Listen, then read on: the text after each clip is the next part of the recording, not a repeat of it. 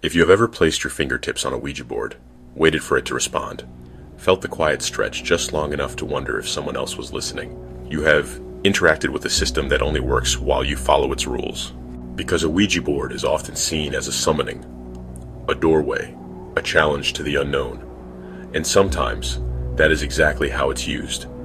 Other times, it's approached as something simpler, an interface, a way to ask questions and wait for a response. Letters, yes, no, goodbye. Most of the time, nothing happens, and sometimes something does.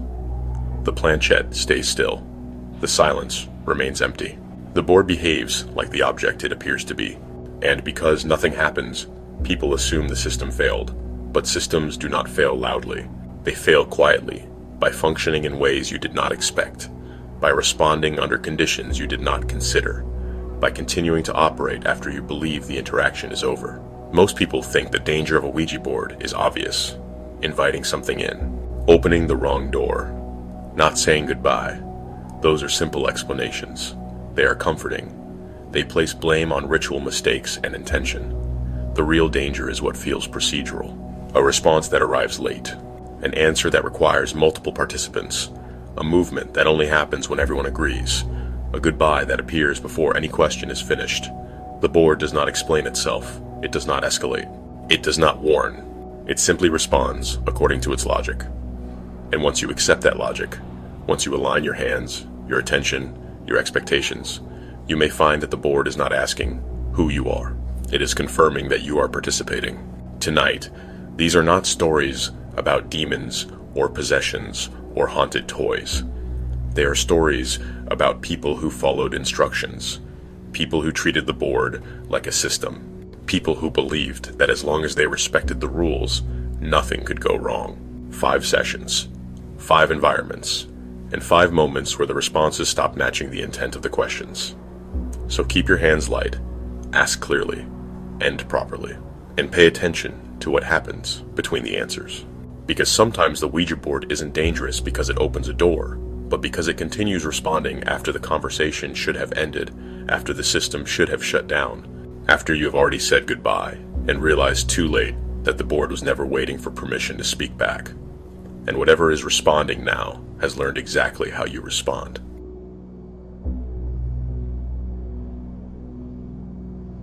Story 1. The board wasn't the worst thing there.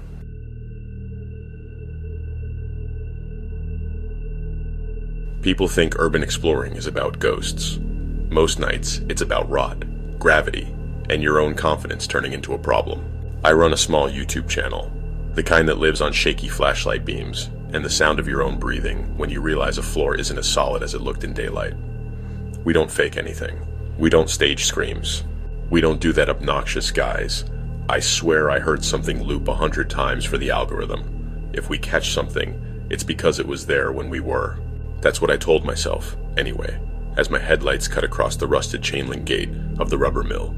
The sign, half hanging and chewed by weather, still had enough letters to read rubber products in a faded arc.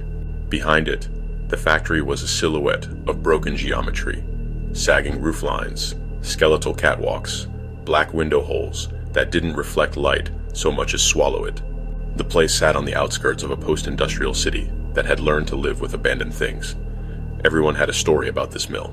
A kid who went missing, a security guard who quit after one night, a vagrant camp that burned. The kind of rumors that keep a location warm in the urban exploring community, even after the hype shifts somewhere else. Max sat in the passenger seat beside me, her phone screen dimmed and her hoodie pulled up, like she could keep the cold out with fabric and attitude. Connor followed in his SUV with Stella riding shotgun, their headlights bouncing in my rearview mirror. "Still feel good about this?" Mac asked. I watched the mill's dark windows. "It's content," I said, like content was a protective charm. "It's also a clean explore. Minimal graffiti. Not flooded. We're in and out." Mac gave me a look that said she was holding back the word idiot out of love. Connor's voice crackled through our radios. "Gates open," he said. "That's not normal." It wasn't. The padlock on the chain looked snapped, not cut clean, snapped like someone had twisted it until metal gave up. The gate itself was slightly ajar. We pulled through anyway. Tires crunched over broken glass and old gravel. The air had that wet metal smell, like pennies and rain, and the kind of cold that bites through your gloves and makes your flashlight feel heavier. We parked under the shadow of a loading bay. The building loomed close now, and I could see the texture of it. Corrugated siding warped by heat, brickwork blackened around empty windows, steel beams with orange rust blooming like infections. Connor stepped out first, all energy and grin, his camera already rolling. "Okay," he said, turning to Stella. "This is sick." Stella hugged her jacket tighter and scanned the darkness. She had that calm, organized way of looking at things, like she was cataloging the night. Stella wasn't easily spooked, which made her the most dangerous one of us. Fear makes you cautious. Confidence makes you improvise. Mac and I hauled our gear out. My main camera, a backup, extra batteries, lanterns, 2 flashlights, and a small med kit Connor teased me about until he was the one asking if we had bandages. I set the camera on and off, checked audio levels, listened to the quiet. Even from outside, the mill had a sound to it. A low, distant settling, the kind of grown old structures make when temperature shifts. Somewhere deeper, water dripped in a steady rhythm. "This place is huge," Connor said, his voice too loud. "We're gonna get so much footage." Mac turned on her flashlight and aimed it into the loading bay. The beam slid over cracked concrete, broken pallets, a toppled dolly, and then into the maw of the building. Inside, the air looked thicker, dust hanging like fog. "Stay close," I said. "No splitting up. If you see a hole, you say it. If you hear something, you say it. Don't be a hero." Connor saluted like a kid. Stella rolled her eyes. We stepped in. The first thing that hit me was the smell. Rubber. Not fresh rubber, not tires, but old rubber that had been cooked into the building. It lingered in the walls, in the dust. It mixed with mildew and rust, with stagnant water and mouse droppings. The second thing was how the dark behaved. It didn't retreat politely from our flashlights. It clung to corners, pooled in open doorways, sat heavy under catwalks. Even when I aimed my beam, I felt like I was lighting up only a slice of something much larger. We moved through an open production floor littered with machines like dead animals, hulking presses, conveyor belts frozen mid-motion, vats with their lids half off like mouths. A set of stairs led up to a catwalk, but the metal steps were peeled with rust, and the handrail moved when Connor touched it. "Nope," Max said. "Not on that." Connor grinned. "I'll test it." I put a hand on his chest and pushed him back. "You'll test it with your face when it collapses," I said. "We're not going up there." He sighed like I'd taken away his favorite toy. We kept moving, filming everything. I narrated into the camera the way I always did, calm and factual. Building condition. Signs of occupancy. Fresh footprints or not. Every now and then, my voice would drop lower without me meaning it, like the mill demanded quieter sounds. We passed a break room with a vending machine tipped over and shattered on the floor, its plastic windows spiderwebbed. Dusty candy wrappers spilled out like guts. On the wall, someone had spray-painted a crude face with hollow eyes. Max stared at it longer than the rest of us. "People come here," she said quietly. "A lot." Connor swung his light down a hallway. "Let's hit the back," he said, "where the big equipment is." Stella was lagging behind, her backpack shifting on her shoulders. "We should keep track of turns," she said. "It's easy to get disoriented in places like this." "We have GPS," Connor said. "GPS doesn't work inside," Stella replied. She was right. Inside, the mill turned the world into a maze of concrete and steel. We reached a larger corridor where the floor dipped slightly and dark water pooled along the edges. Pipes ran overhead like veins. Somewhere ahead, the corridor bent, and our lights didn't reach around it. Connor's radio crackled. "Hear that?" he whispered. At first, I thought he meant the water dripping. Then I heard it. A sound deeper inside the mill, faint, almost soft enough to be imagined. A scuff, like a shoe sole sliding on concrete. I froze. Mac's hand tightened on my arm. Connor's flashlight wobbled. "Probably a rat," I said, but I didn't believe it. Rats didn't scuff like that. Rats didn't pause like the sound paused, as if listening back. Stella leaned forward, eyes narrowed. "There's a rhythm to it," she murmured. We waited. The corridor held its breath. Another scuff, then a slow, measured footstep. The sound traveled oddly, bouncing off walls, arriving a second late like a delayed echo. Connor whispered, "Okay, that's a person." I looked at the others. 4 of us. No one else should have been there. "Could be another explorer," I said, though the words tasted thin. Mac shook her head. "No voices," she said. "No flashlights." We stood there, lights pointed into the bend like spears. Nothing moved. Connor exhaled and laughed once, sharp. "Okay," he said, forcing cheer. "This is why people love these videos." Stella glanced at him. "Content," she repeated, and there was a tone in it, like the word had a second meaning. She shrugged her backpack off and unzipped it. "I brought something," she said. Connor's grin widened. "No way." Mac's head snapped toward her. "Stella." Stella pulled out a flat, rectangular box like it was a board game. Her fingers brushed dust off the top. Ouija. My stomach did a slow, unpleasant drop. "I don't mess with that," I said immediately. Stella held up both hands, like she wasn't holding anything dangerous. "It's a board," she said. "Wood, ink, cardboard. It's not cursed." Connor was already leaning in. "This is perfect," he said, eyes bright. "We do it in the mill. Get a reaction. Boom." Mac looked at me. Her expression was a warning. She didn't like superstition, but she respected the way some things could ruin a night. "Vinny," she said. I hesitated, feeling that familiar pull. The channel, the audience, the comments asking us to go further, do more, take risks. I'd built a brand on being fearless without being stupid. "We do it right," I said finally. "We don't joke. We don't taunt. We end it properly." Stella nodded like she'd expected nothing else. "That's why I brought it," she said, and there was something in her voice that made me wonder if she'd been planning this for longer than she'd admitted. We found a space that felt, in a strange way, like a room. A section of floor between 2 dead machines, surrounded by concrete walls with a single hanging fluorescent fixture overhead, broken and dangling by wires, like a dead limb. The air was colder there. Not drastically, but enough that my breath showed. Connor set up his camera on a tripod. I positioned mine low, angled to catch our hands and faces. Mac sat cross-legged beside me, hoodie sleeves pulled over her wrists. Connor and Stella sat across. The floor was gritty under my palms. Stella opened the box and slid the board out. It looked almost new, too clean for the mill, the letters sharp, the moon and sun graphics glossy. She placed it down like it was a ritual object. The planchette was a cheap plastic triangle with a clear window. "This is stupid," Mac muttered, but she put her fingertips on the planchette anyway. We all did. Light pressure, not enough to push, just enough to feel the plastic under skin. Stella took a slow breath. "Okay," she said. "We ask if anyone is here." Connor's laughter had evaporated. His face was pale in the flashlight glow.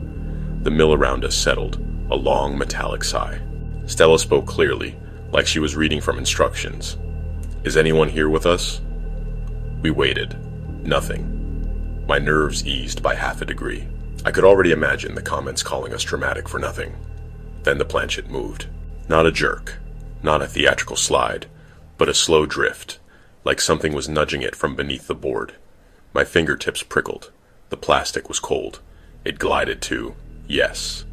Connor swallowed audibly. Mac's nails pressed into the planchette edge. Before anyone could speak, a sound came from far down the corridor, outside our room. A step, then a pause, then another step. I kept my eyes on the planchette, but my ears stretched toward the dark. Stella's voice tightened. "Are you inside this building?" The planchette hesitated, still, like it was considering. I could feel the tension in all 4 of us, our fingers subtly pressing, resisting, trying not to influence it. The planchette began to move again, slower now, and slid to yes. Another sound, closer this time, a dragging scrape, like something heavy pulled across concrete. Mac's eyes went wide. She didn't look at me, not yet, like she didn't want to break the spell of focus. Stella swallowed. "Did you know we were coming?" The planchette didn't move right away. It sat on the board, still. The mill's quiet got louder, if that makes sense. Like the absence of sound was pressure. Then it moved, gliding toward yes, but stopping short, hovering between letters, as if uncertain. A faint scuff echoed in the corridor again, and this time it sounded like a shoe pivoting. The planchette finally slid to yes. Connor's breathing had become shallow. "Okay," he whispered, even though he wasn't supposed to talk. Stella didn't scold him. She was staring at the board like it was a screen showing a feed from somewhere else. "How many are here?" The planchette moved in a slow arc to the number 1. My chest tightened. 1. The dragging sound stopped abruptly. Silence. The kind of silence that makes you aware of the blood in your ears. Stella's voice almost cracked. "Are you close to us?" The planchette started to move, then stopped, then moved again. It slid to yes. Immediately, from somewhere above us, metal clicked, a pipe shifting, a chain swaying, something in the ceiling settling. I snapped my flashlight upward and caught the underside of the catwalk, rust flaking like old skin. Nothing moved, no swinging legs, no shadow passing. I lowered the beam back to the board. Connor's voice trembled. No," Stella continued, like she couldn't stop now that the machine was responding. "Can you see us?" The planchette slid slowly, almost reluctantly, to yes. From the corridor came a soft exhale, not a gust of wind, a breath. Mac made a small sound, halfway between a gasp and a whimper. Her fingers stayed on the planchette, but her knuckles were white. Stella's eyes were wet, but she stayed composed. Should we leave? The planchette didn't move. For a long time, it didn't move. The mill seemed to lean in, around us. I could hear water dripping again, but now each drip sounded like it was timed. Finally, the planchette slid to no. Connor jerked his hand back like the board had burned him. The planchette stopped dead. Everything stopped. The sound of the mill settling, the dripping, the faint draft I'd felt on my neck. The silence felt purposeful, like something was waiting for the next input. "Okay," I said, my voice too loud, breaking the moment. "We're done. We're ending it." Stella nodded fast. "Yes," she said. "We ended right." We put our fingertips back on the planchette. My skin felt numb, like my hands weren't fully mine. Stella spoke, formal again. "We are ending this session now. We will not continue. Goodbye." We guided the planchette, slowly, deliberately, to goodbye. As soon as it reached the word, somewhere in the corridor, a footstep sounded, heavy, as if someone had taken one last step closer. Mac flinched so hard, she nearly toppled backward. Connor grabbed the board and shoved it back into the box like he could pack fear away with cardboard. Stella snapped the lid closed with trembling hands. "Move," Mac said, and it wasn't a suggestion. We stood quickly, lights swinging. The beam from my flashlight caught dust in the air like falling ash. Connor yanked his tripod up, the legs clattering against concrete. That's when I saw it. Down the corridor, beyond the bend, not close enough to touch, but close enough to register as a shape, something stood partially behind a support column. A tall silhouette, shoulders squared, head slightly tilted. Not a ghostly blur, not transparent. Just a person-shaped darkness in a darker space. I couldn't make out clothing, or face, or skin. Just the outline, and the way it didn't move like someone startled by light. My throat closed. "Vinny," Mac whispered, following my gaze.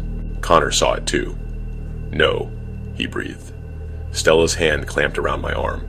Her grip was iron. "Don't run," she said, through clenched teeth. "Don't run."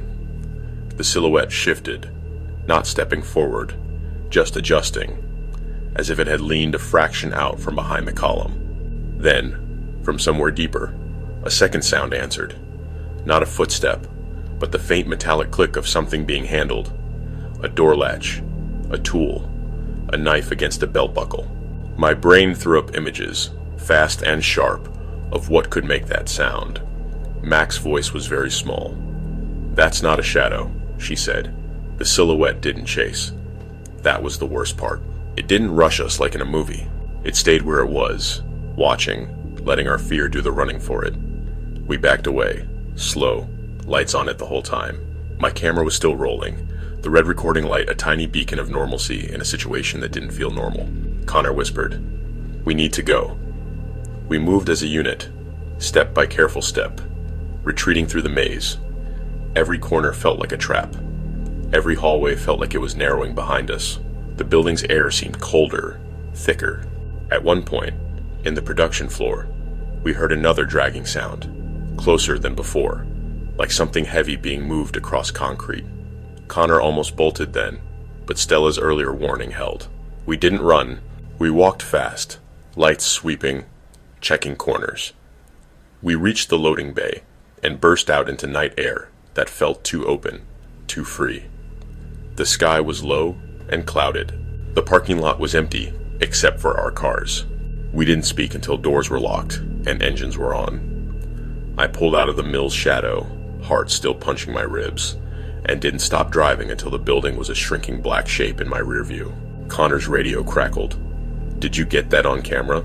I stared at the dark road ahead. "I don't know," I said honestly. "I don't know what we got." Mac didn't say a word the whole drive home. She sat with her arms folded tight, eyes fixed on the passenger window, as if she expected to see a face appear in the glass.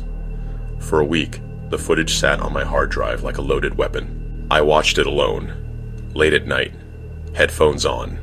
The camera caught the ritual, the planchette movement, the way our hands trembled, the way Stella's voice stayed steady even as her eyes watered.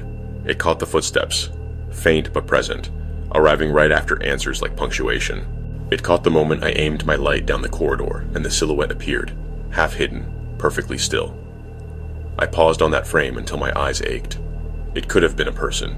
It could have been a trick of light and distance, but my body remembered the weight of being watched. I didn't upload the video right away. I told myself it was because I wanted to edit responsibly, blur locations, avoid encouraging copycats. The truth was, I wasn't ready to see strangers debate whether what we heard was paranormal or human, because I couldn't decide which answer was worse. A week later, Mac and I were eating dinner in our apartment, the kind of tired, normal meal that felt like a reward for surviving a night that didn't feel real in daylight. The TV was on low in the background, local news murmuring about weather and traffic. Then a headline flashed, bright and urgent. A fugitive arrested after weeks on the run. They showed a grainy photo of a man in handcuffs being guided into a police cruiser, his face turned away from the camera. The anchor's voice was smooth, practiced. Authorities say the suspect has been hiding in an abandoned rubber mill on the outskirts of the city. My fork clattered against my plate. Mac went still, her eyes widening slowly as the words sank in. The news cut to footage of police lights washing over the mill, officers moving in formation through the loading bay, flashlights stabbing into the same darkness we'd walk through with cameras and jokes. They showed the gate, still broken. They showed the corridor, the bend, the production floor. Then the anchor said the words that made my skin go cold in a new way. A known serial offender, believed to be responsible for multiple killings across 3 counties, Mac whispered. "Oh my God." The story continued.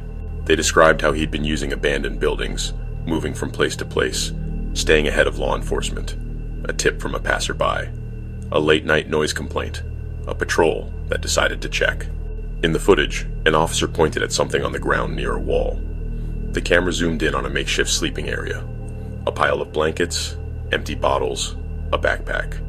Beside it, a dark stain on the concrete that the news blurred.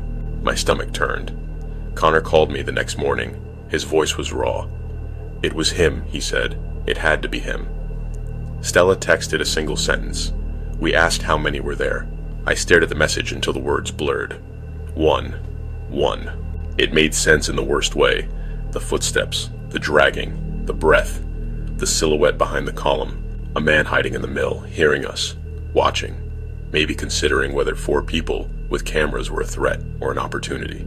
Maybe the Ouija board didn't summon anything. Maybe it didn't open a door. Maybe it just made us sit down, place our hands together, and focus so hard on a piece of plastic that we finally heard what we'd been ignoring. But then, I remembered the planchette stopping between yes and no, hovering like uncertainty, as if something else had a say. I remembered the silence snapping into place the moment Connor pulled his hand away, as if the system had noticed an input was missing. I remember the planchette landing on no when we asked if we should leave, and the way a footstep sounded exactly as we said, goodbye, perfectly timed, like punctuation. A fugitive serial killer could have made noise. He could have watched. He could have breathed. But he couldn't have known what we were asking. Not unless he was close enough to hear every word, close enough to match his movements to our questions, close enough that when we asked, "Can you see us?" the answer and the shape in the corridor felt like the same thing. That night, Mac and I sat on the couch with the footage, paused on the frame where the silhouette leaned out from behind the column. The screen froze the moment in harsh pixels, a human outline made of darkness. No face, no detail, just the shape of a presence occupying space it shouldn't have. Mac's voice was barely audible. "Do you think he was watching us the whole time?" I wanted to say yes. It would have been clean, human, real. Something you could report to police and lock behind bars. But my throat tightened around a different thought, one that didn't fit the news story. The board had answered before we heard the first footstep, and when it slid to yes, I felt, for a fraction of a second, like my fingers weren't simply resting on plastic. They were resting on the edge of something listening back. I stared at the silhouette on the screen and realized the worst part wasn't the question of whether the mill was haunted. The worst part was knowing that if we'd never touched that planchette, if we'd never asked those questions, we might have walked past the bend, deeper into the building, laughing, filming, blind to the way the dark can hold a person, or something else. And even now, with the killer caught, with his name and his crimes displayed on a bright screen like that made the world safer, I couldn't stop thinking about the planchette drifting so gently, so patiently, hovering over the word no when we asked if we should leave, like the system had been honest in the only way it could be, like it had told us the truth that mattered most, and we had listened anyway. And if the board wasn't the worst thing there, then I didn't know what it was trying to warn us about, because when I paused the footage and turned the volume up until the room buzzed with static, I could hear a faint sound under our voices. Under the mill settling, a soft second breath, too close to be an echo, arriving right after Stella asked how many were here, as if someone else had been answering too. And the number on the board was only the part we were allowed to see, and the rest was still standing in that corridor, waiting for the next question, waiting for us to come back and put our hands on it again, waiting for me to finally admit that the thing I can't stop replaying isn't the silhouette. It's the moment the planchette moved before any of us did, and how it felt like something in the dark had already decided we were part of its night, part of its story, part of a session that never really ended, because even now, sitting in my apartment, with the news muted and the video paused, I can still feel the cold plastic under my fingertips, and I can still hear that footstep timing itself to my voice, like it's listening for the next time I ask.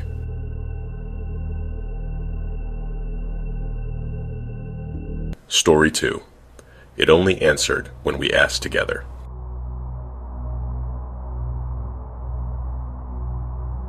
I don't believe in ghosts. I don't say that like a challenge or a joke. It's just a fact about me. I believe in systems, in cause and effect, in people projecting meaning onto things, because the alternative is admitting how much of life runs on coincidence and timing. That's always been my role in our group. The one who keeps everyone grounded, the one who checks the weather twice, who brings extra food, who reads the fine print. That's why it still bothers me that I was the one holding the camera when the power went out.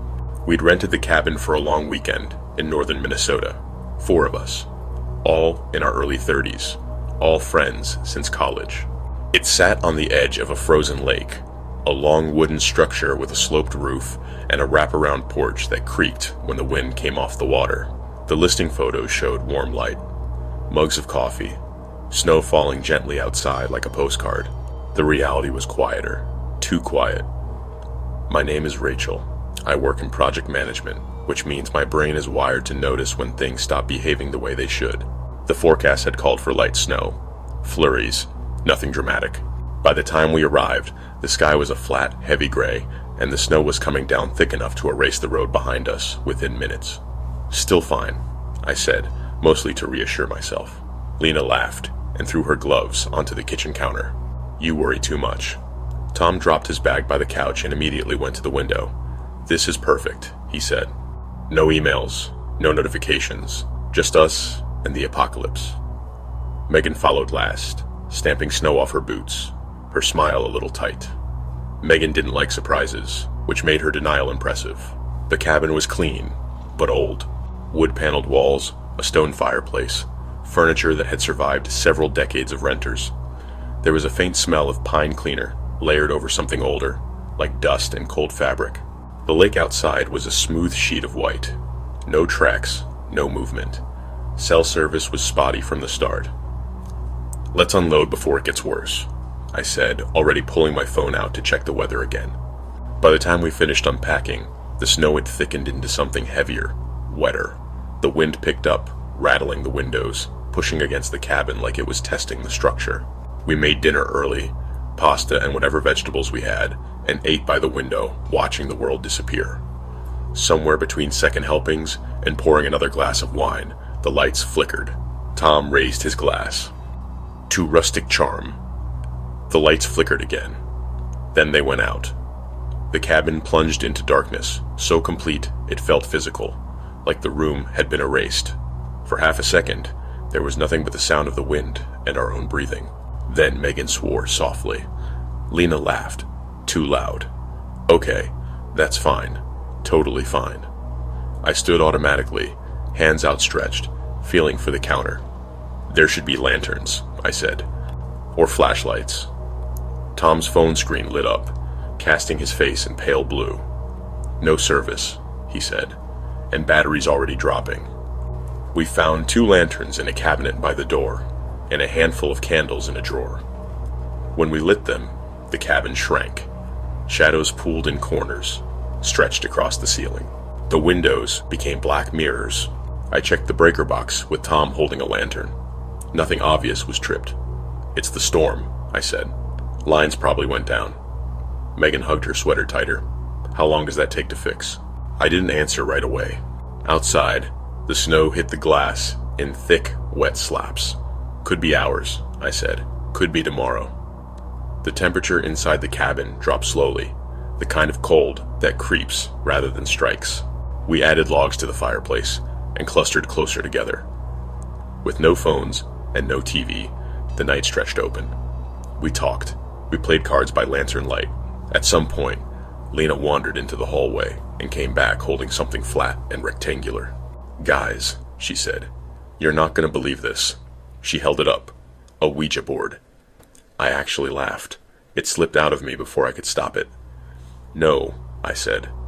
"Absolutely not." Tom leaned forward, intrigued. "Where was that?" "Storage closet," Lena said, "behind a bunch of old board games." Megan frowned. "Why would that be here?" "Because people are weird," Lena said cheerfully. "Come on, it's perfect. Snowstorm, no power, spooky cabin." I shook my head. "It's a toy," I said, "and a dumb one. People push the planchette without realizing it." Tom grinned. "So you're saying you're not afraid?" "I'm saying it's not real," I replied. Megan looked between us. "I don't like it." Lena's smile softened. "We don't have to," she said, "but it could be interesting, just as an experiment."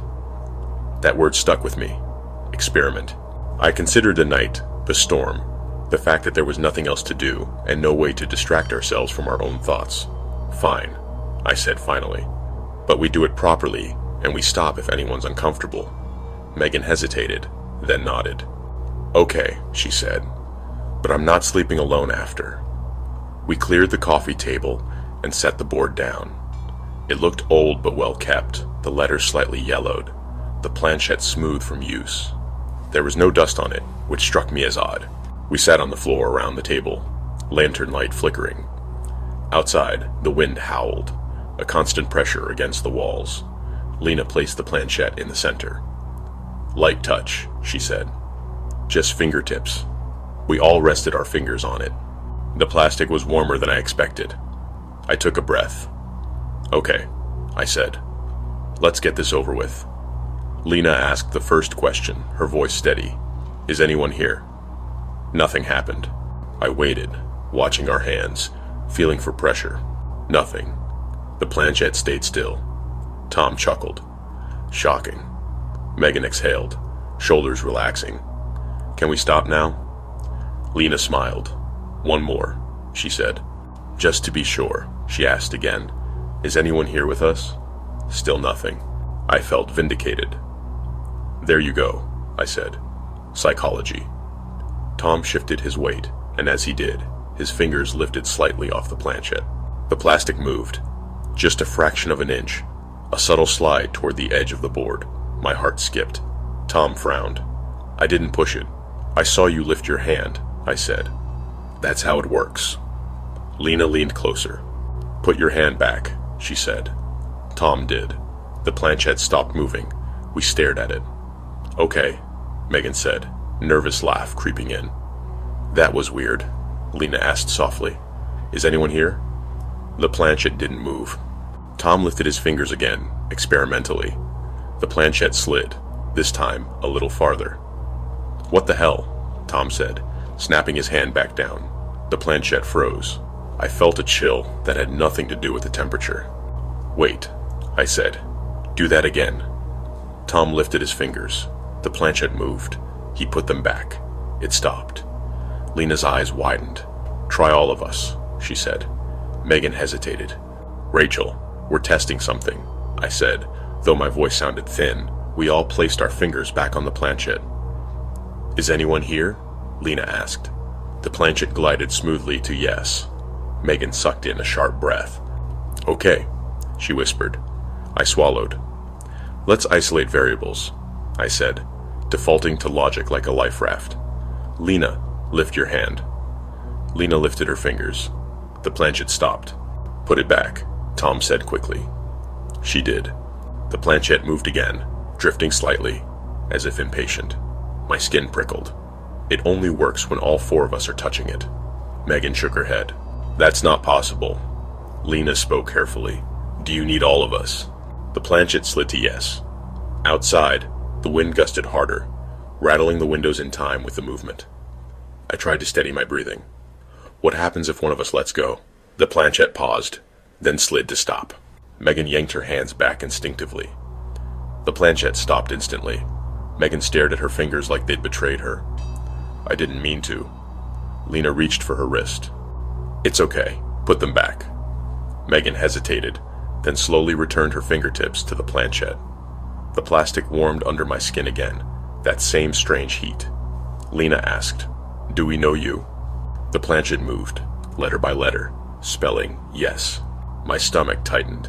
That's vague, I said. It could mean anything. Tom leaned forward. How long have you been here? The planchette moved slowly, deliberately, spelling years.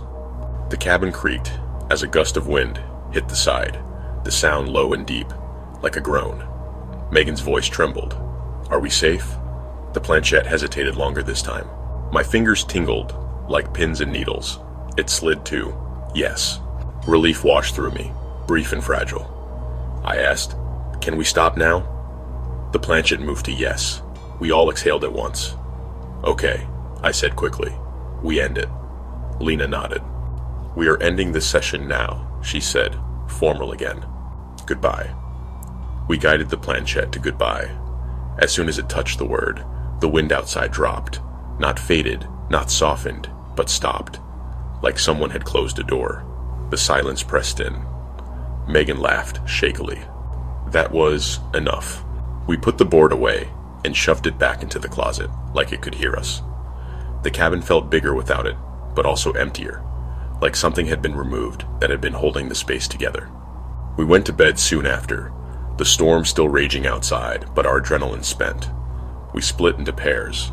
Tom and Lena took the bedroom downstairs. Megan and I took the loft. I lay awake listening to the cabin. The wind picked up again eventually, softer this time. The fire popped and settled. Somewhere in the wood, something creaked at a steady interval. After a while, I noticed something else. Pressure.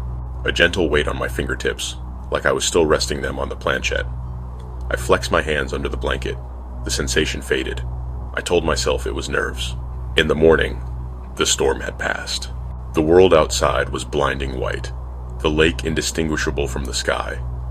Power was still out, but daylight filled the cabin. We made coffee on the stove and sat around the table, quieter than the night before. Tom laughed it off. Group psychology, he said. We were influencing each other. Megan nodded. but she didn't look convinced. "I felt something," she said, like it was pushing back. Lena was flipping through a thick notebook on a shelf by the window. "Guys," she said slowly, "look at this." It was a guest book. The pages were filled with names, dates, little notes about the cabin, trips taken, weather endured, normal stuff, until the last few pages. They were blank, except for writing. 4 entries, written in handwriting that made my breath catch. It was ours. My looping R. Tom's sharp angles. Megan's careful spacing. Lena's distinctive slant. The dates were wrong. They were years in the future. The notes were short, mundane. Mentions of snow, of quiet, of coming back together. I closed the book gently, like it might react. "We didn't write that," Megan whispered. I wanted to say no, that it was impossible, that someone was messing with us. But the pressure returned in my fingertips, faint and familiar, and I realized the worst part wasn't the idea that something had written those entries. It was the idea that whatever answered us last night didn't exist until all 4 of us were there, until our hands aligned, until we acted like a single input, and that maybe it hadn't predicted anything at all. It had simply logged us, recorded a state, and closed the session. And that the reason the board went silent when even one of us pulled away was because, whatever it was, could only see us when we were together. And the thought that followed, cold and unwelcome, was that if one day one of us doesn't come back, if the alignment fails, if the group breaks, then maybe whatever answered will still be waiting, patient, unfinished, pressing lightly against the edge of a planchet we aren't touching anymore, waiting for us to put our hands back down so it can continue a conversation that, like the storm outside, never really needed the power on to exist at all.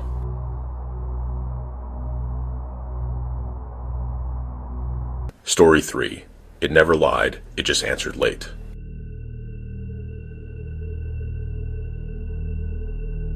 The first thing you learn as a volunteer archivist is that houses remember people long after people forget houses.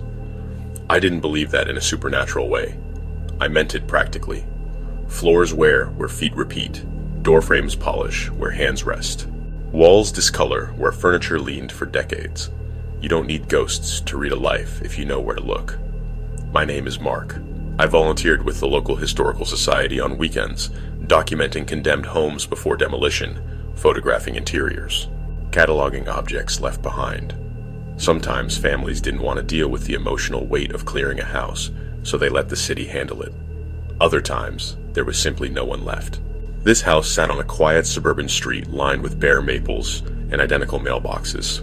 Split level, built in the 70s, beige siding, blue shutters, the kind of place you could pass 100 times without noticing. It was scheduled to come down in 2 weeks. I arrived alone on a gray Saturday morning, clipboard under my arm, camera slung over my shoulder. The air smelled like cold leaves and old insulation. The front door stuck slightly when I pushed it open, resisting just enough to feel intentional. Inside, the house was clean in that unsettling way abandoned spaces sometimes are. No trash, no furniture. Just impressions. Lighter patches on carpet where couches had been, nail holes in walls where frames once hung. Dust lay evenly across surfaces, undisturbed. I moved methodically. Entryway, living room, kitchen. Each click of the camera echoed too loudly in the empty rooms. Upstairs, the bedrooms were small and plain. One had pale blue walls, with faint, glow-in-the-dark stars still clinging near the ceiling. Another smelled faintly of cedar. The last room was a spare bedroom, the kind that becomes storage over time. Shelving units lined one wall, empty except for a few broken hangers. As I photographed the corner, my flash illuminated something odd. A seam in the drywall. It wasn't a crack. It was a straight line, vertical, too deliberate to be structural damage. Someone had patched over something and done a poor job hiding it. Curiosity outweighed protocol. I pressed gently. The drywall gave with a soft crumble. Behind it was a narrow cavity between studs. Inside sat a flat, rectangular object wrapped in yellowed plastic. My stomach tightened for no rational reason. I pulled it free. A Ouija board. It was old. Not antique, but used. The edges were worn smooth, the lettering slightly faded. The planchette sat taped to the board, like someone had been afraid of it moving on its own. I stood there longer than necessary, holding it, listening to the quiet house. People hid all kinds of things in walls: cash, guns, letters. I told myself this was no different. I logged it, photographed it, and because the Historical Society had no guidelines for spirit boards, I brought it home. That decision seemed harmless at the time. I lived alone in a small duplex a few blocks away. Clean, quiet, predictable. I set the board on my dining table and made dinner, ignoring it like it was an appliance I hadn't learned to use yet. That night, I searched online. Rules, procedures, warnings. Most of it was nonsense, superstition, layered over a simple ideomotor effect explanation. I approached it like an experiment. If nothing happened, that would be confirmation. I waited until midnight, more out of tradition than belief. I turned off the TV. The house settled around me. I placed the board on the table. The wood felt cool under my palms. I sat alone, hands resting lightly on the planchette. I spoke clearly. "Is anyone here?" Nothing happened. I waited a full minute, watching my fingers for involuntary movement. Nothing. I felt a faint relief. "Can you answer questions?" The planchette remained still. I nodded to myself. Good. I stood, packed the board back into its plastic, and went to bed. Sometime around 3 in the morning, I woke to a sound, a soft scrape. Not loud enough to be alarming, but distinct enough to pull me from sleep. I lay still, listening. It came again. From downstairs. I told myself it was the house settling. Old buildings make noise. But my brain supplied a different image. The planchette sliding across wood. I stayed in bed. In the morning, the board sat exactly where I'd left it. That evening, I decided to try again. I set the board out, more methodical this time. Notebook beside it, pen ready. I placed my fingertips on the planchette. "Is anyone here?" I asked. Nothing. I waited. 2 minutes, 5. I felt foolish. I stood up, annoyed at myself, and began to clean the kitchen. Behind me, plastic scraped against wood. I froze. Slowly, I turned. The planchette was moving. It slid across the board, deliberate and smooth, stopping on yes. My heart pounded so hard I could hear it in my ears. I approached cautiously, as if the board might react to proximity. "Okay," I said aloud, more to steady myself than anything else. "Okay." I wrote the time in my notebook. I sat back down and placed my fingers on the planchette again. "Is today a good day?" The planchette did not move. I waited. Nothing. I sighed, frustration creeping back in. Will something happen tonight? Still nothing. I waited 10 minutes. I stood up, irritated, convinced the earlier movement had been some delayed muscle action from before. I turned off the lights and went upstairs. At 11:47 p.m., my phone rang. It was my sister, breathless, telling me she'd been in a car accident. Minor, no injuries, but shaken. I sat on the edge of my bed, heart racing. After we hung up, I went downstairs. The planchette had moved. It rested on yes. I stared at it, my skin prickling. The board hadn't lied. It had answered late. The pattern repeated. Every question I asked received an answer eventually, not immediately, not when I needed it. But after the event had already occurred. "Should I leave this house?" I asked one night. The planchette didn't move. 2 days later, a gas leak was detected during routine maintenance in my building. Everyone was evacuated. No one was hurt. That evening, I came home to find the planchette resting on yes. I stopped asking questions about the future after that. Instead, I tested the delay. "Why do you wait?" I asked. No movement. I went to work. I ate dinner. I slept. The next morning, the planchette had spelled too soon. My hands shook as I wrote it down. The board only moved when I was nearby. Not touching it, not even looking at it, but present. When I left the house, nothing changed. When I returned, it responded. I started keeping track. Average delay, 6 to 48 hours. Accuracy, perfect. Usefulness, none. The board didn't warn. It confirmed. Eventually, I asked the question that had been forming for days. When will you answer next? The planchette moved immediately. For the first time, it spelled a date. 3 days away. I slept poorly after that. On the marked date, I came home early. I sat at the table and waited. Nothing happened. Minutes stretched, then hours. At midnight, exhausted and angry, I stood and shoved the board back into its plastic. "I'm done," I said. "Goodbye." I went to bed. In the morning, the dining table was empty. The board was gone. In its place lay photographs, dozens of them, printed images of my house, not from outside, from inside the walls, angles that shouldn't exist, views through insulation, studs framing familiar spaces from impossible perspectives. One photo showed me sitting at the table, hands folded, waiting. Another showed me asleep upstairs, the angle low, near the floor, like someone watching from beneath the bed. On the back of the last photo was a single word, written carefully. On time. The house felt smaller after that. I moved out within a week. The demolition crew tore the place down 2 weeks later.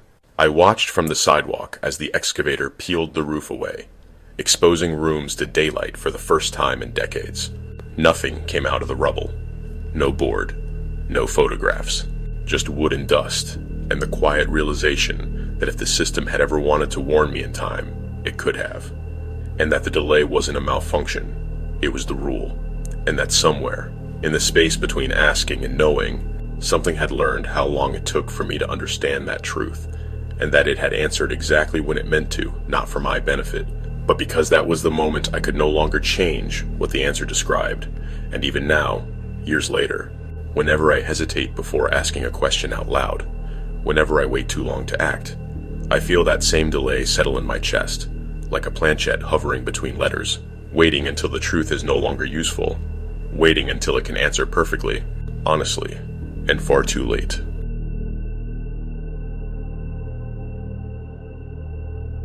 Story 4. We followed every rule except one.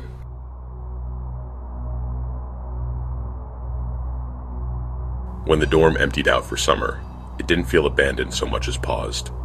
That's the best way I can describe it. Like the building was holding its breath. My name is Elena. I was a resident advisor at St. Bridget's University, assigned to one of the older dormitories on the north end of campus, built in the early 60s. Concrete frame, narrow hallways, doors that never quite closed on the first try. During the academic year, it was loud and alive, full of slammed doors, late-night arguments, laughter echoing down stairwells. But over the summer, with renovations scheduled and most students gone, it became something else entirely. Still, watchful. I stayed behind because someone had to. My job was simple. Make sure no one wandered in, check that maintenance crews locked up properly, log anything unusual. I had a master key, a clipboard, and a lot of quiet nights. The first week was uneventful. The second week stretched longer. By the third week, the silence started to feel organized. I noticed it most at night. The building would settle at predictable intervals. Pipes would knock in the walls at the same minute each hour. The elevator, shut down for construction, would emit a soft hum at exactly 2:13 a.m., like a reminder that it still existed. I told myself this was what empty buildings did. They revealed their systems once people stopped masking them. It was during one of those nights that I met Jordan and Priya again. They were two students approved to stay on campus over the summer for research credits. They lived on the first floor, near the common lounge.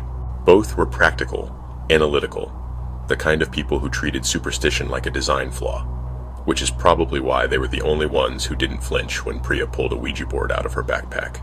We were sitting in the lounge, lights dimmed, the windows open to let in warm air. Outside, cicadas droned in steady waves. Jordan blinked. "You're kidding." Priya smiled. "Nope." I felt my stomach drop. "Why do you have that?" "Found it in my grandmother's attic," Priya said. "I thought it would be interesting." Jordan leaned back. "It's nonsense." "I know," Priya said. "That's why I like it. It's a system with rules. I want to see what happens if you follow them exactly." That word again. Rules. I should have shut it down immediately. University policy was clear about prohibited activities in residence halls, and spirit boards were technically on the list, lumped in with candles and incense. But it was summer. The building was empty, and a part of me, the part that had been cataloging strange rhythms and predictable sounds, wanted to see if the system would react to a different kind of input. "If we do this," I said slowly, "we do it correctly. No jokes, no provoking. Jordan smirked. You're the RA. You're supposed to say no. I met his eyes. I'm saying be careful. We cleared the table. The board looked newer than I expected. Clean edges, crisp lettering. The planchette was smooth and cool. We sat in a triangle around the table. My fingertips rested lightly on the plastic. I felt ridiculous, grown adults playing at something we didn't believe in. Priya took out her phone. I'm logging everything, she said. Time, question, response. Jordan raised an eyebrow. Of course you are. Priya spoke clearly. Is anyone here? The board did not move. The lounge was quiet except for the cicadas and the faint hum of emergency lights. Jordan exhaled. Shocking. Priya waited a full minute before continuing. Can you communicate with us? The planchette slid, slow and deliberate, to yes. My pulse jumped. I looked at Jordan. He was staring at the board, jaw tight. Priya swallowed. Okay, she said. Noted. She glanced at her phone, typing. Are you part of this building? She asked. The planchette moved again, spelling yes. The lights flickered overhead, just once. Jordan laughed, too loud. Electrical. I wanted to agree. Are you safe to talk to? Priya asked. The planchette hesitated longer this time, hovering near the center. It slid to yes. I felt a faint pressure under my fingertips, like the plastic was pushing back. Priya typed again, her face pale but focused. Can you affect things here? She asked. The planchette moved to yes. At the far end of the lounge, a door creaked. Just a few inches. The sound was soft but unmistakable. Jordan stiffened. That door's been stuck for years. My throat tightened. Maintenance hasn't touched it yet. We sat frozen, listening. Nothing else moved. Priya took a breath. Why did you stop? The planchette didn't move. Seconds passed, then a minute. The board stayed inert. Jordan frowned. Did we do something wrong? I scanned the board, my mind racing through everything I knew about the ritual, the warnings people dismissed as superstition. Then it hit me. We never asked who, I said. They both looked at me. Who we're talking to, I clarified. Every instruction I've ever seen says you're supposed to establish that. Priya's eyes widened slightly. You're right, Jordan scoffed. It's still a board. Still, I said. We said we'd follow the rules. Priya nodded and asked the question that shifted the night onto a track we couldn't step off. Who are we speaking to? The planchette stopped completely, not hesitated, not slowed, stopped. The air changed. I don't have better language for it than that. The temperature dropped, not enough to see breath, but enough to notice. The cicadas outside fell silent, as if someone had flipped a switch. Then a door slammed, not in the lounge, down the hall. Jordan jumped to his feet. That's not funny. Another door slammed, then another, not random, measured. 1, 2, 3. The sound echoed down the corridor in a steady cadence. My chest tightened. That's the same timing, I whispered. Priya stared at her phone. Same as the questions, she said. My stomach dropped. Each door slam matched the interval between our earlier questions. Not the words. The gaps. The board sat lifeless on the table, the planchette unmoving. We need to end this, I said. Priya nodded quickly. We're ending the session now, she said, voice shaking. Goodbye. We guided the planchette to goodbye. The doors did not stop. They continued down the hall, opening and closing at fixed intervals, the sound marching away from us and then returning, looping, mechanical and precise. Jordan backed toward the wall. This is not okay. I grabbed my radio and keyed it, calling campus security. Static answered. Priya clutched her phone. No signal. The doors kept moving. I forced myself to stand. We're leaving the lounge, I said. Slowly. We stepped into the hallway. The corridor lights flickered, illuminating doors swinging open and shut by themselves. Not violently, calmly, like someone testing them. Each slam echoed off concrete, vibrating through my bones. We walked, matching the rhythm without meaning to, stepping between sounds. At the stairwell, the doors stopped. Silence rushed in, heavy and sudden. Jordan sagged against the wall. Tell me that was a prank. I shook my head. Maintenance logs, I said faintly. They mentioned door issues. Priya looked at me. You knew? I knew they malfunctioned, I said. Not like that. We locked the lounge and retreated to our rooms. None of us slept. The next morning, maintenance arrived. I showed them the logs. The doors behaved perfectly. One of the older workers shrugged. They've always been finicky, he said, just never in sync. The renovations finished. Students returned. The dorm filled with noise again, drowning out the system beneath. I transferred buildings the following semester. I still think about that night whenever I hear a door click shut at the wrong time. We didn't summon anything. We didn't break the rules out of disrespect. We followed every rule except one. We interacted with a system without identifying what was on the other end. And whatever it was, it didn't need a name to continue operating.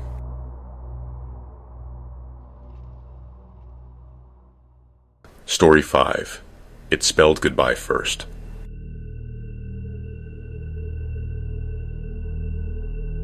Death has a schedule, even if we pretend it doesn't. That's something you learn working nights in hospice. People imagine it as constant grief, dramatic last words, machines beeping in dark rooms. The truth is quieter, softer. Death mostly arrives between routine checks and paperwork, in the gaps where no one is watching closely enough to narrate it. My name is Daniel. I worked the night shift at a hospice care facility in rural Oregon for 4 years. I chose nights because they were predictable. Fewer visitors, fewer interruptions. Patients slept, or rested, or stared at ceilings thinking about things they didn't say out loud.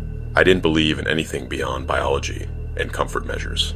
When people talked about signs, about sensing the moment someone passed before monitors changed, I chalked it up to pattern recognition and fatigue.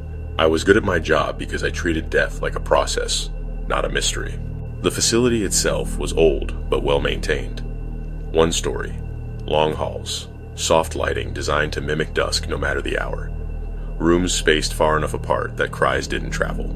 There was a small rec room at the end of the west hall that hadn't been used in years. A few folding tables, a television no one turned on, shelves filled with donated board games that smelled faintly of dust and lemon cleaner. On slow nights, staff sometimes gathered there during breaks. That's where the board came from. It was a Tuesday, sometime after midnight, the kind of shift where nothing urgent had happened for hours. Patients were stable, vitals steady. I was charting at the nurse's station when Samantha and Miguel came down the hall, whispering like kids sneaking into class late. "You're going to hate this," Samantha said.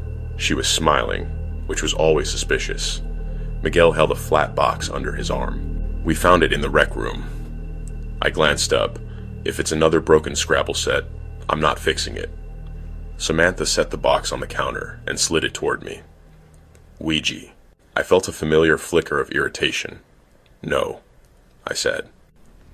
"Absolutely not." Miguel shrugged. "It's just a board." "This is a hospice," I said. "That's wildly inappropriate." Samantha leaned on the counter. "We're not summoning anything. We're bored." I looked down the hall. Quiet. Too quiet. 5 minutes, I said finally, and then it goes back. We took it into the rec room, lantern-style floor lamp casting a dull circle of light. The building hummed softly around us, HVAC cycling, distant monitors ticking like metronomes. The board was older than I expected. Not antique, but worn. The letters were faded, the surface smoothed by hands. The planchette sat loose in the box, warm when I picked it up. I didn't like that.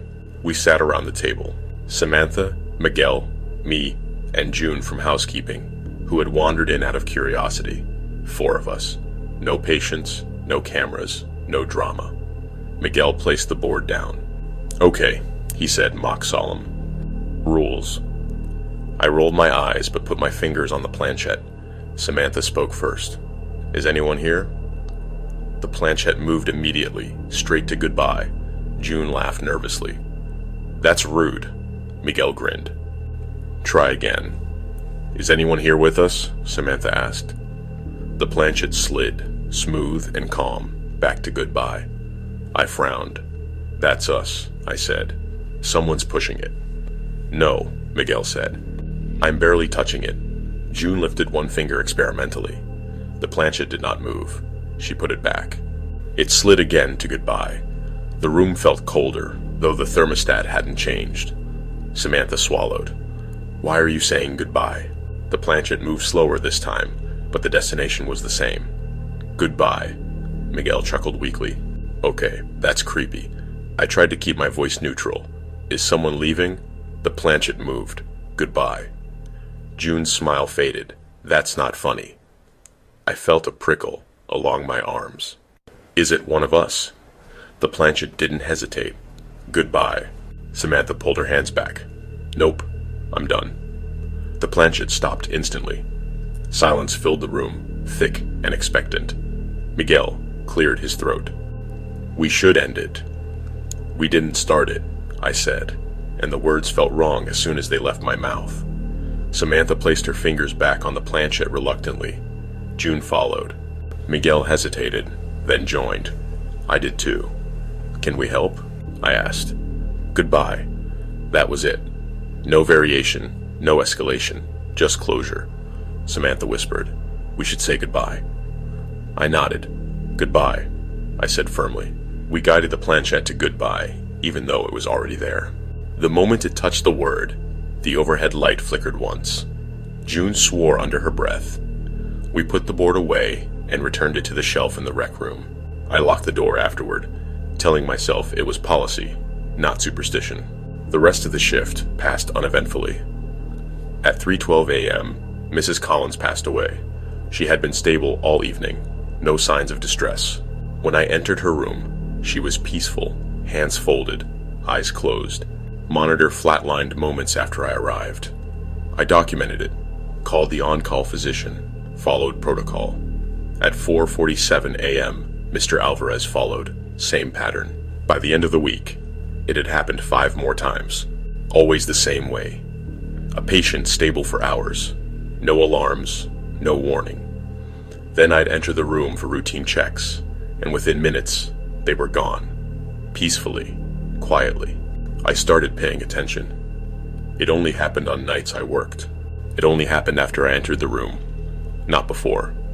Never while I was elsewhere. I checked charts obsessively, compared notes, searched for patterns. There were none I could justify. One night, after another patient passed, moments after I'd adjusted their blanket, I found myself standing in the rec room without remembering the walk there. The shelf was empty. The Ouija board was gone. In its place was a folded piece of paper, taped neatly where the box had been. I stared at it for a long time before unfolding it. Thank you. The handwriting was careful, steady, familiar in a way I couldn't place. I transferred facilities the following month. Different state, different building, same job. The pattern stopped. Patients passed on their own timelines again. But sometimes, when I enter a quiet room and feel that subtle shift in the air, when the moment stretches just long enough to feel intentional, I remember the way the planchette moved first. How it didn't wait for our questions. How it didn't explain. Didn't threaten. Didn't warn. It just ended sessions that were already in progress. And the worst part isn't wondering whether it was supernatural. The worst part is realizing how efficient it was, how calm, how certain, and how, for the first time in my career, I started to question whether death always arrives on its own, or whether sometimes it's simply waiting for someone to open the door and say goodbye first.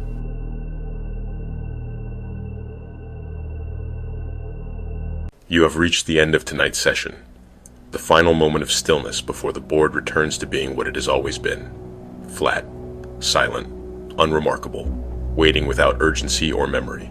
If any of these stories stayed with you, if you felt something shift when the answers arrived too late, too precisely, or before the questions were finished, if you noticed how often the danger was not the response itself, but the way it fit too cleanly into the rules you were following, do not let the conversation end here. Subscribe to continue exploring systems we trust, interfaces that invite participation, objects that require alignment, attention, and intention, where the threat does not announce itself, it responds, and where the most unsettling realization is understanding that something has already learned how you interact. Tell me in the comments which session stayed with you the longest, which response felt too deliberate, which rule failed quietly, the answer that arrived after it mattered, the movement that required everyone's hands, the silence that replaced a name, the goodbye that came first, or the moment you realize the board was no longer waiting for direction. Like the video, so these stories reach others who approach the board with caution, curiosity, belief, skepticism, or uncertainty, and who assume the danger is always obvious, invitation, mockery, or intent itself, and not the quieter risk of continuing an interaction after the system is already engaged. And if you have your own experience, you can't explain a session that followed every rule and still went wrong. A response that arrived long after you stopped asking, a board that behaved differently depending on who was present, a goodbye that didn't end anything, or an interaction that never fully closed. You are always welcome to share it.